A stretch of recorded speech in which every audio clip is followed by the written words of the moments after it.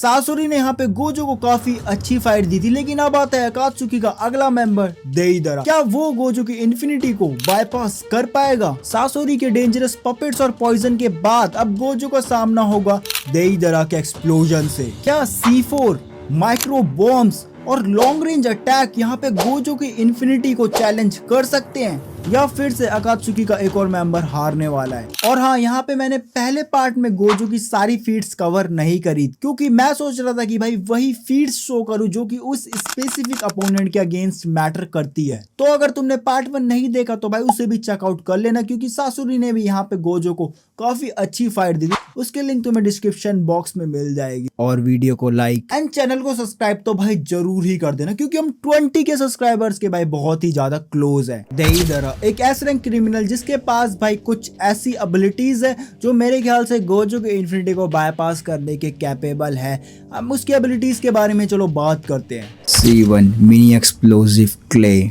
सबसे basic technique, छोटी clay creature जो देइदरा अपने हाथों से बनाता है। ये टेक्निक छोटे मोटे एक्सप्लोजन क्रिएट करती है, और कभी कभार अगर तुमने इसका साइज बढ़ा दिया तो साइज पे भी डिपेंडेबल हो जाते हैं, मतलब जितना बड़ा साइज होगा उतना ज्यादा damage. C2 giant clay dragon. Deidara का एरियल कॉम्बैट मोड, एक बड़ा क्ले ड्रैगन जो उड़ सकता है, जिससे देइदरा को हाइट एडवांटेज मिलता है और वो उन पे लॉन्ग रेंज अटैक कर सकता है। और ड्रैगन से भाई वो मिसाइल्स फायर करता है जो कि टारगेट को ट्रैक करके उसे उड़ा देती हैं।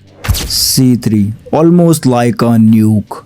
इसे तुम एक न्यूक्लियर बॉम्ब की तरह समझ सकते हो भाई, और पूरे विलेज को उड़ाने की पावर है भाई इसमें। जब देइदरा ने इसे हिडन सैंड विलेज पे गिराया तो उसका एरिया जो अप्रोक्स 8.6 किलोमीटर समथिंग था, मैंने डिफरेंट सोर्सेज से भाई से फाउंड किया था, इतनी पावर थी कि भाई उस पूरे के पूरे एरिया को उड़ा सकती थी। ऑलमोस्ट भाई उसने उड़ा ही दिया था। C4 deadliest trap. देइदरा का सबसे डेंजरस अटैक, एक जाइंट क्ले स्टैचू जो भाई बिल्कुल ही देइदरा की तरह दिखता है, और जैसे ही ये एक्सप्लोड होता है इसके अंदर से मिलियंस ऑफ माइक्रोस्कोपिक बॉम्ब्स निकलते हैं। और भाई ये माइक्रोस्कोपिक बॉम्ब्स ब्रीथिंग के थ्रू तुम्हारी बॉडी के अंदर जा सकते हैं, जिससे तुम्हारी बॉडी डिसइंटीग्रेट होना स्टार्ट हो जाएगी। लेकिन अब यहाँ पे सबसे बड़ा क्वेश्चन ये आता है, क्या C4 गोजो की इन्फिनिटी को बाईपास कर सकते हैं या नहीं? और फिर आता है यहाँ पे देइदरा का trump card C0 the suicide bomb. Deidara अपने चेस्ट के माउथ से एक बड़ी सी क्ले को खाता है और अपनी पूरी बॉडी को एक ह्यूज बॉम्ब में कन्वर्ट कर देता है। C0 की रेंज यहाँ पे 20 किलोमीटर तक दिखाई गई है, लेकिन मेरे ख्याल से भाई इससे ज्यादा हो सकती है।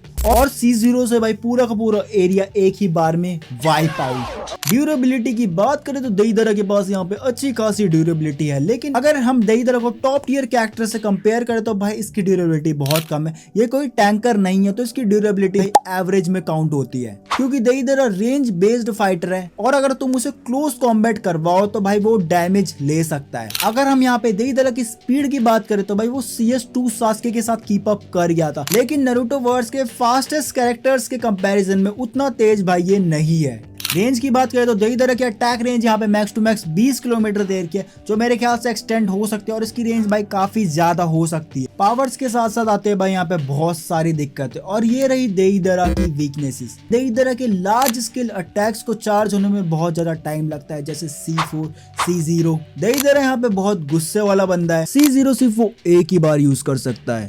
क्लोज कॉम्बैट में वो नारुतो के अदर कैरेक्टर के कंपैरिजन में वीक है, और इस फाइट में एक और फैक्टर मैटर करेगा, वो है हीट का। और ये रहा देइदरा के एक्सप्लोजन का हीट चार्ट, जो कि भाई अप्रोक्स है।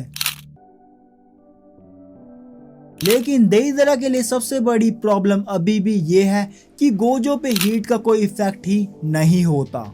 अगर तुमने देखा हो तो गोजो जोगो के वोल्केनो डोमेन में बिना किसी डैमेज के खड़ा था, और अगर समहाउ गोजो को माइनर सा भी डैमेज हो जाता है, जो कि भाई बिल्कुल ही इम्पॉसिबल है होना, तो उसकी RCT भाई उसे इंस्टेंटली हील कर देगी। तो हीट बेस्ड अटैक यहाँ पे गोजो पे कोई इफेक्ट नहीं करेंगे। लेकिन देइदरा के पास अभी भी एक और टेक्निक बची है जो गोजो की इन्फिनिटी को बाईपास करने के कैपेबल है, वो है C4। देखो भाई मेरे ख्याल से C4 यहाँ पे गोजो की इन्फिनिटी को बाईपास नहीं कर पाएगी। जैसे उसने हीट रेडिएशंस को भाई रोका था, वैसे ही C4 को भी भाई वो रोक सकता है, क्योंकि C4 still count as a physical thing. लेकिन बाय चांस अगर C4 ने गोजो की इन्फिनिटी को बाईपास कर दिया तो गोजो के पास अभी भी टेलीपोर्टेशन है, जो उसे कई किलोमीटर दूर तक टेलीपोर्ट कर सकता है, जिससे वो इससे बच सके।